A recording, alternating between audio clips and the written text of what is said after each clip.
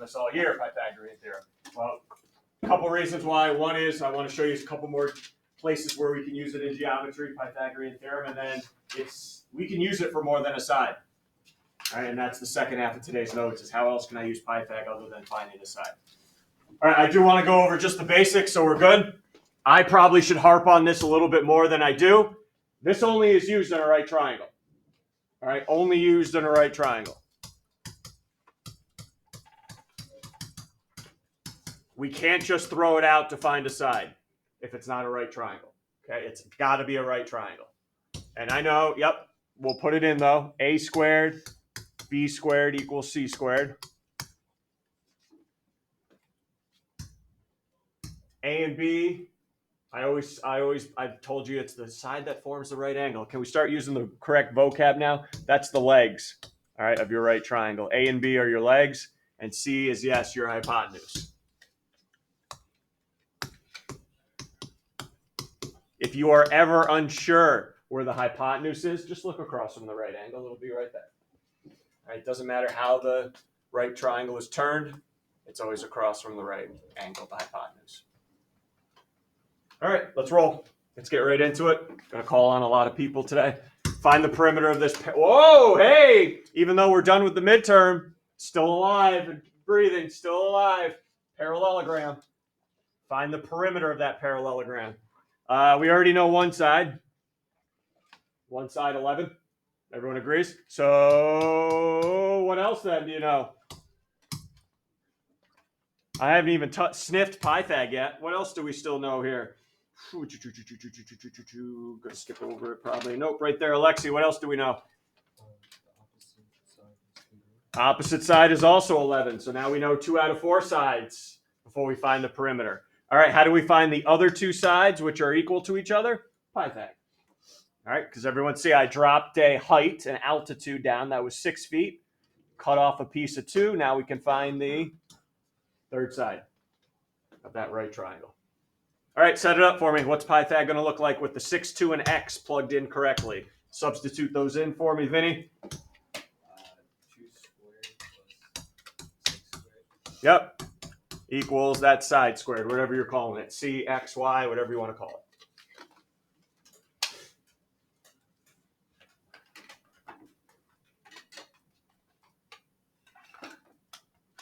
All right, I'm going to still keep going slow here because I don't know what we're doing here to solve for Pythag. 4 plus 36 equals x squared. You take the square root at the very, very, very, very end. There you go. Now take the square root in your calculator, and I'll ask somebody what your calculator is giving you back, because your calculator always gives you simplest radical form back, thankfully for us. All right, what is that side now? What's your calculator telling you? Simplest radical form? Lauren? 2 radical 10. Yep. All right, so there are my other 2 sides. So 11 plus 11 plus 2 radical 10 plus 2 radical 10. Opposite sides congruent. All right, what do you got for me now? When I add up all 4 sides.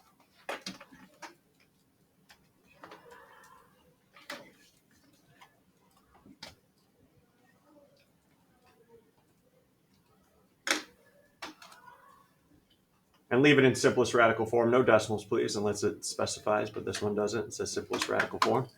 What do you got for me? Perimeter of this one, simplest radical form, Zoli? 22 plus 4 radical 10. That's what I'm looking for as well. And anybody calculator give you something different? There's my perimeter. All right, little parallelogram and Pythag together. Questions? All right, let's roll. Let's roll. Here's our boy, Big Al. He's going to make more and more appearances second semester. Big Al. He's going to avoid walking through a pond. So here's what he does. He's going to go 34 meters south and then go 41 meters east. Do I need to get the compass up here? East, south. We're good there. All right, so here's the deal. There's a pond, right? He doesn't want to walk through the pond. So he's like, all right, I got to go 34 meters south and then 41 meters east. So where is he going? Hitting left or right here? He's taking a right, east.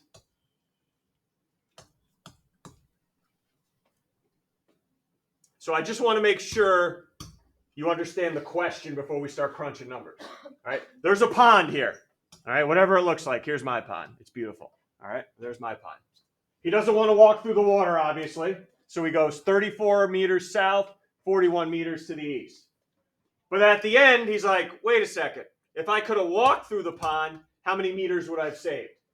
Saved. He's not concerned about how far it is through the pond. How many meters would he have saved if he could actually walk through the pond? Well, right now, there he is. He went 34 meters south, 41 meters to the east. How many meters total did he just go? To avoid the pond, how many meters did he just go? 75 meters, right? So he just walked 75 meters. But if he could walk through the pond, how many meters would he have saved? Right? So the first thing we need to find is, well, how many meters would he have walked through the pond? And that is going to be my Pythagorean theorem. Does everyone understand the question before we start crunching numbers? The final answer won't be how long the pond is. It's how many meters he would have saved if he could walk through the pond. All right, set up Pythag for me. Ooh, here we go. Cormac, what's it look like? 34 squared plus 41 squared equals c squared. Yep. Good. All right. Going to start harping on you guys about something now. I never needed to all year, but now I do. I need to start harping on you with something.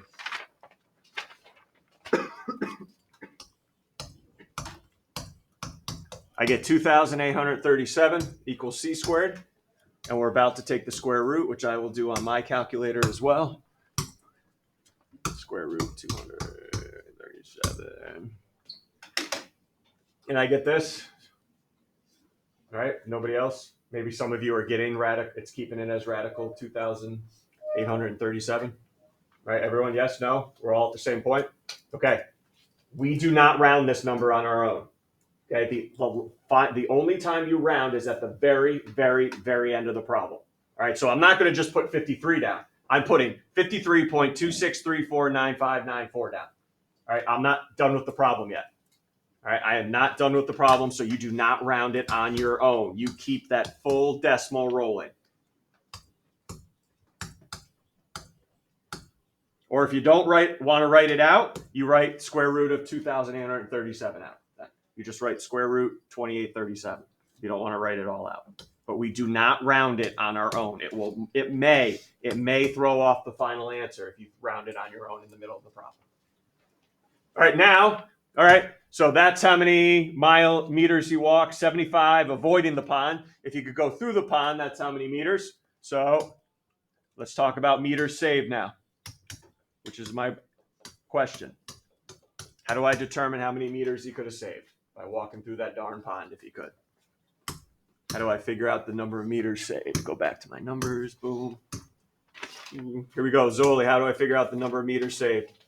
75 minus the radical 2,837. Yep. And there you go. And now it's time to round to the nearest tenth.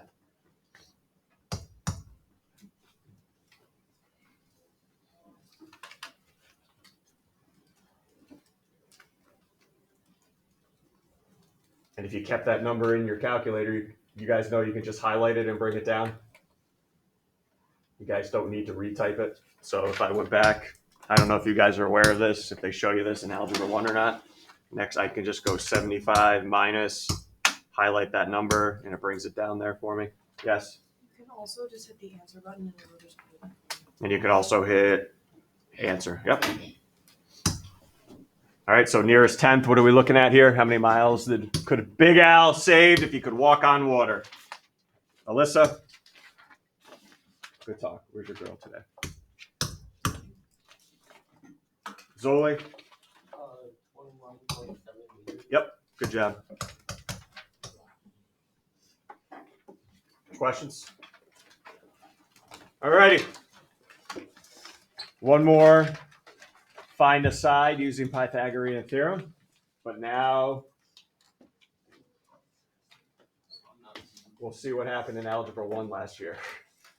We'll see what happened in Algebra 1. All right, all three sides are given.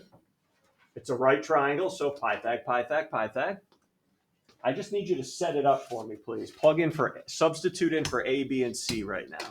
And then we'll talk. Go ahead, Lauren. X minus 4 squared. Okay, hold on right there. Yes, but whoa. That's not how we write it, because that looks like you're squaring the 4. We got to square the full side, so put that bad boy in parentheses. Keep going, Lauren. Thank you. Plus 8 squared. other side, leg squared equals. How about the hypotenuse? There you go. Oh boy, your algebra teachers are getting nervous right now. We know that's 64. I get it. 8 squared is 64. X minus 4 all squared. What are we doing here? You're going to make your algebra teacher proud or just embarrassed of you? Sure, Stellan. Distribute the 2 and both. They're embarrassed right now. They're embarrassed. Who'd you have last year? Spina. Yeah, there you go. He's definitely embarrassed. No. Oh, no. Oh, no. Anybody else want to take it? That's not what I do there. All right, well, what's 3 squared? 9. How'd you get that? You did 3 times itself, right? So x minus 4 all squared is x minus 4 times itself.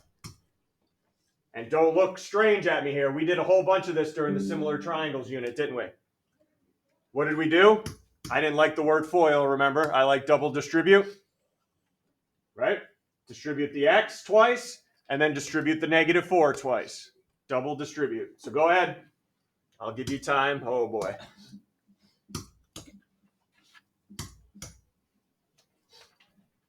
Hopefully he walks by my room. I'm going to call him in here. Ask him what he was teaching last year.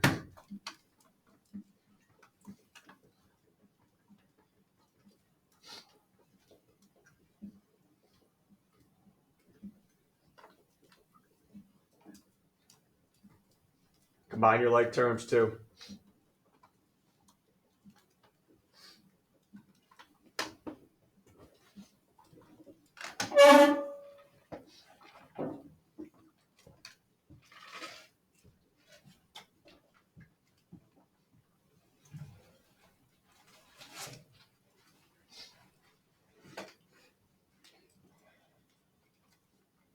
All right, what do you got for me when you combine?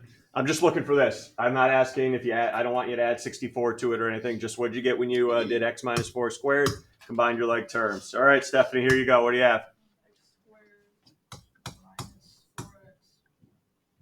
Yeah, plus 16. Okay, I got the plus 16. What happened in the middle? Because don't you do get minus 4x, and then you get another minus 4x when you double distribute. So what do you get in total there? Should be minus 8x here. All right, plus 16. All right, because you get 2 minus 4x's there that you got to combine. All right, that looks disgusting on the left side, right? Let's clean it up, please. Combine your like terms. X squared minus 8x plus 80 equals x squared. All right, what's your next move? Go ahead, let's talk. What's your next move?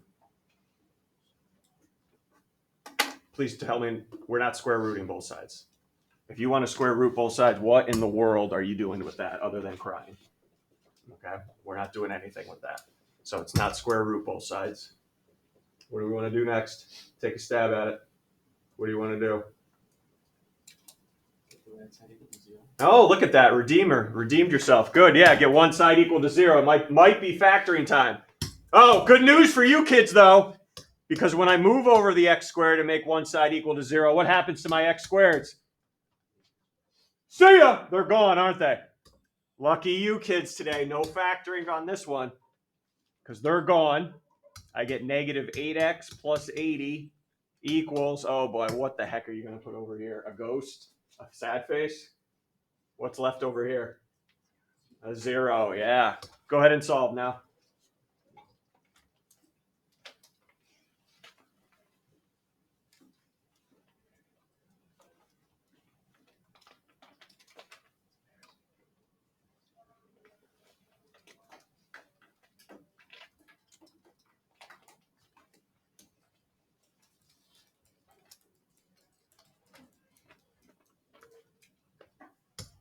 All right, finally, value of x after all that hardcore algebra from last year. Alexi, X equals 10. positive 10, right? If any of you got a negative answer out, how can that be? All right, we got a diagram, can't have a negative side. All right, so if you did get a negative answer, check yourself. All right, questions. So that's different ways we can use Pythag in this class this year. All right, second way. I hate to break it to you, but Pythag is not only used to find a side length. All right, it is not only used to find a side length. Remember these terms back in the day: acute, right, and obtuse triangles. I gave you those vocab words way back in the day when we first started studying triangles. But to say a triangle is one of those three, you need to know the angle measures. The angle measures. Well, now I'm going to show you, if I know the side measures, how Pythag could tell me if it's acute, right, or obtuse. You don't need to know the angle measurements. You can just know the sides. And I'm not going to read through that whole chart with you. I'm just going to hop right into a problem. So take a look at 4A. I got a triangle. Sides 9, 12, and 15. Is it acute, obtuse, or right? Without even knowing anything about the angles. Here's how we test it. You take the two smallest sides, which are 9 and 12. Plug them into Pythagorean theorem.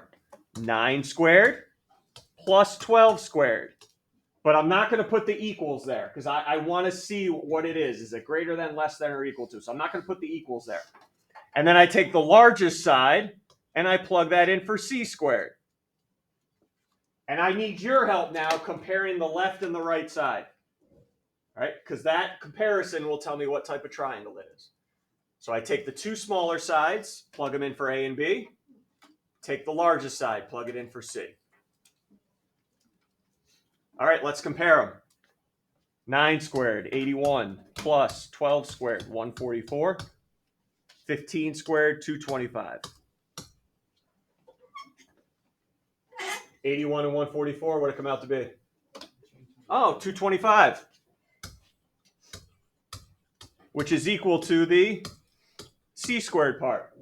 So if they're equal, isn't that Pythagorean theorem? And it only works for what type of triangle if it's Pythagorean theorem?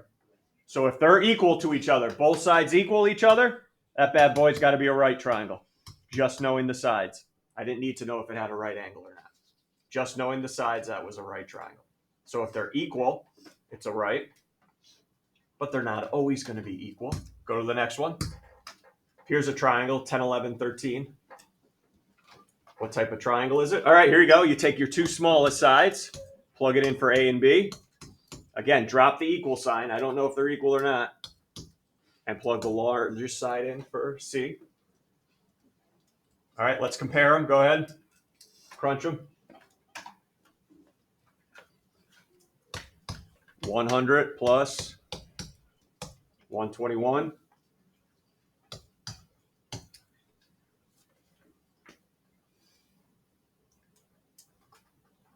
All right, this came out to what, 221? All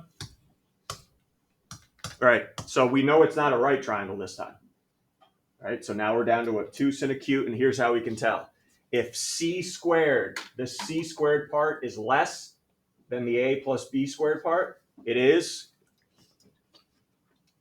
acute. Is that correct? Did I do that correct? That's all correct, right? All the math looks correct, yeah? Yeah. All right, I don't know why I'm drawing a blank, but yeah, it comes out to be acute. All right, if c squared is less than the a squared plus b squared part, it is acute. Okay, it is a acute triangle. The only other option, which we may or may not see, if the c squared's bigger, it's obtuse. Okay, if the c squared's bigger. Oh yeah, this is going to bring a huge smile to my face because it's going to bring a huge frown to yours. Go ahead, graph triangle XYZ.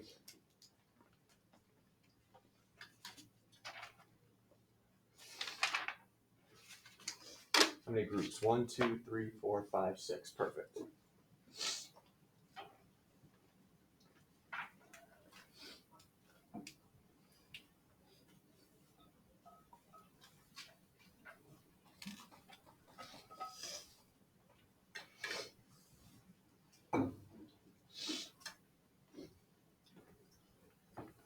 And I want to know what type of triangle, acute, right, or obtuse. Well, this would be an easy one for us if I said, is it scalene, isosceles, or a equilateral, right? We could do that. We did that on the midterm, I think.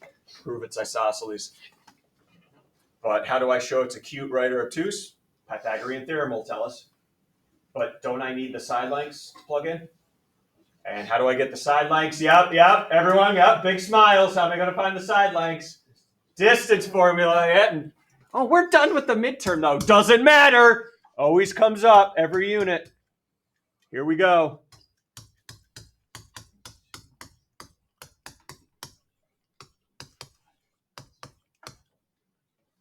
All right, I don't have time for every single one of you to find all three sides. So we're going to divide it up. I'm going to assign 2 groups aside, another 2 groups aside, another 2 groups aside.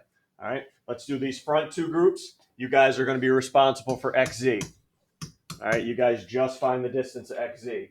2 groups right here. Let's go XY for you guys. XY. And then my 2 remaining groups, what am I left with? YZ. You guys have YZ, my 2 remaining groups. Let's roll. Simplest radical form. I'm not concerned with decimals here. Radical form. Compare with your group after you're done.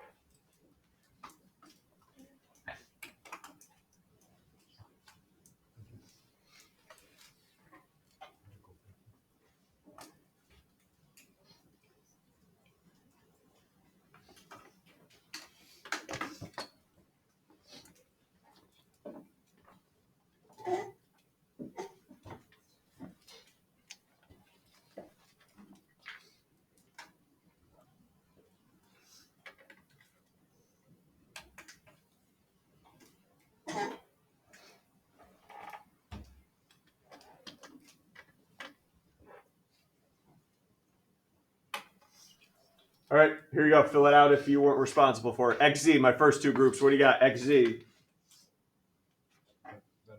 Radical 13 is XZ. All right. My XY group. Oh, look at you guys. Radical 29. And how about my YZ group? 2 radical 5. Yeah. All right, here we go. Now that I know the side lengths, I guess you could tell me it's scalene, but I'm not concerned about that. I want to see if it's obtuse, right, or acute. You take the 2 smallest sides. Now, I get it. Some of you may be like, what the heck are the 2 smallest sides up here? Plug them into your calculator and figure out which one's the smallest decimal, right? If you're ever concerned with radicals and which one's the smallest one, plug them in, get the decimal version, and then you can see which one's smaller. All right, so let's find the 2 smallest sides up there.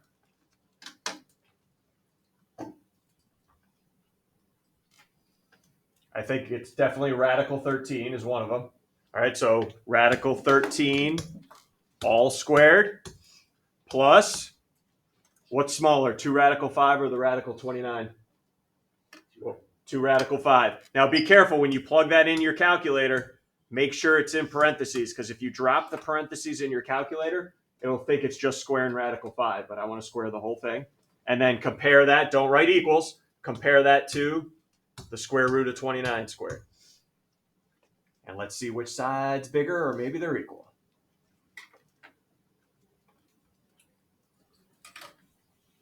Again, use parentheses with 2 radical 5.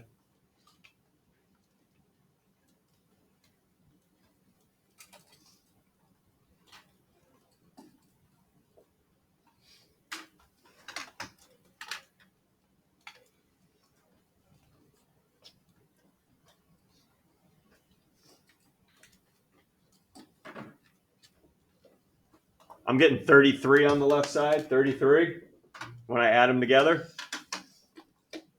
And on the right side, I'm getting 29. Any issues? I'll show you on the calculator how to get 33 and 29. So the c squared is smaller. Looks like the c squared part is smaller. So what type of triangle would that be if their c squared is smaller? C squared is smaller than the other side. That's going to be, and Stephanie, what type of triangle is c squared smaller? That is an acute triangle. Good work. So you don't need to know anything about the angles. Now we can use Pythagorean theorem to find it. All right, one more. Old Regents question right here. Old Regents question. Big Al back again and his brother, Little Mike. Big Al's like, these are congruent. Little Mike's like, they're similar. Are they both correct? Or is it just one and not the other? Well, I don't think we're doing anything until we know the side lengths, right, for congruent. Because right now, I don't have any of the 5 methods I've shown you up there to say they're congruent, but they might be congruent if I knew the third side of each. So go ahead. Use your Pythagorean theorem we've discussed all today and all year. What are those 2 missing sides of those triangles? And then we'll talk if they're congruent or not.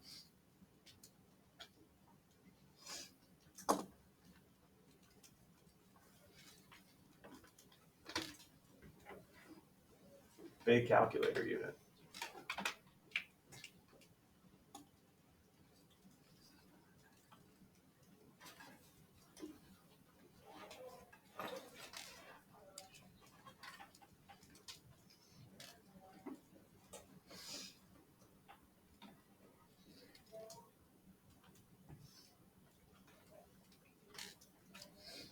And those third sides should be whole numbers, no decimals.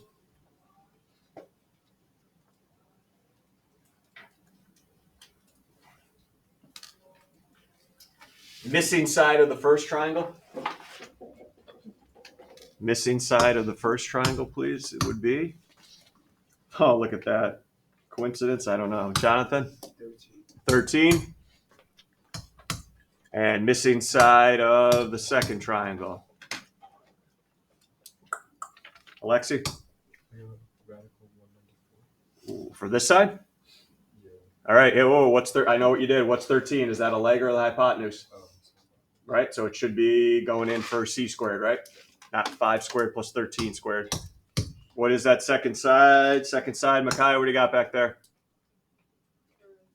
Yep. Missing side. 12, yep. All right. So are they congruent?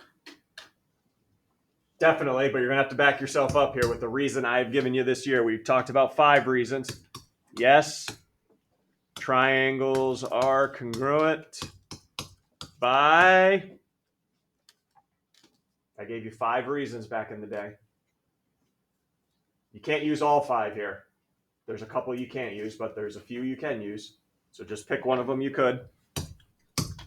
What method you want to go with here? 2-1 here, Lauren. Perfect. By side, side, side. You could also go side, angle, side because you got the right angles congruent. Or you could go HL. The only 2 you can't go are these 2 because I don't have 2 pairs of angles. All right, but anything else is fair game. What about little Mike? Are they similar? Similar? Yes, they are because we already know they are congruent. And remember that half method? So yes, triangles are similar because they are congruent. Now, look, I would also accept side, side, side method and the side, angle, side method, but I wouldn't accept angle, angle because I don't know 2 pairs of angles up there. All right, but anything else would be fine. All right, the only thing I ask, please pay attention to the rounding directions at the bottom of your notes there for homework tonight. All right, because that's how the answer keys matched up. Go ahead, get rolling.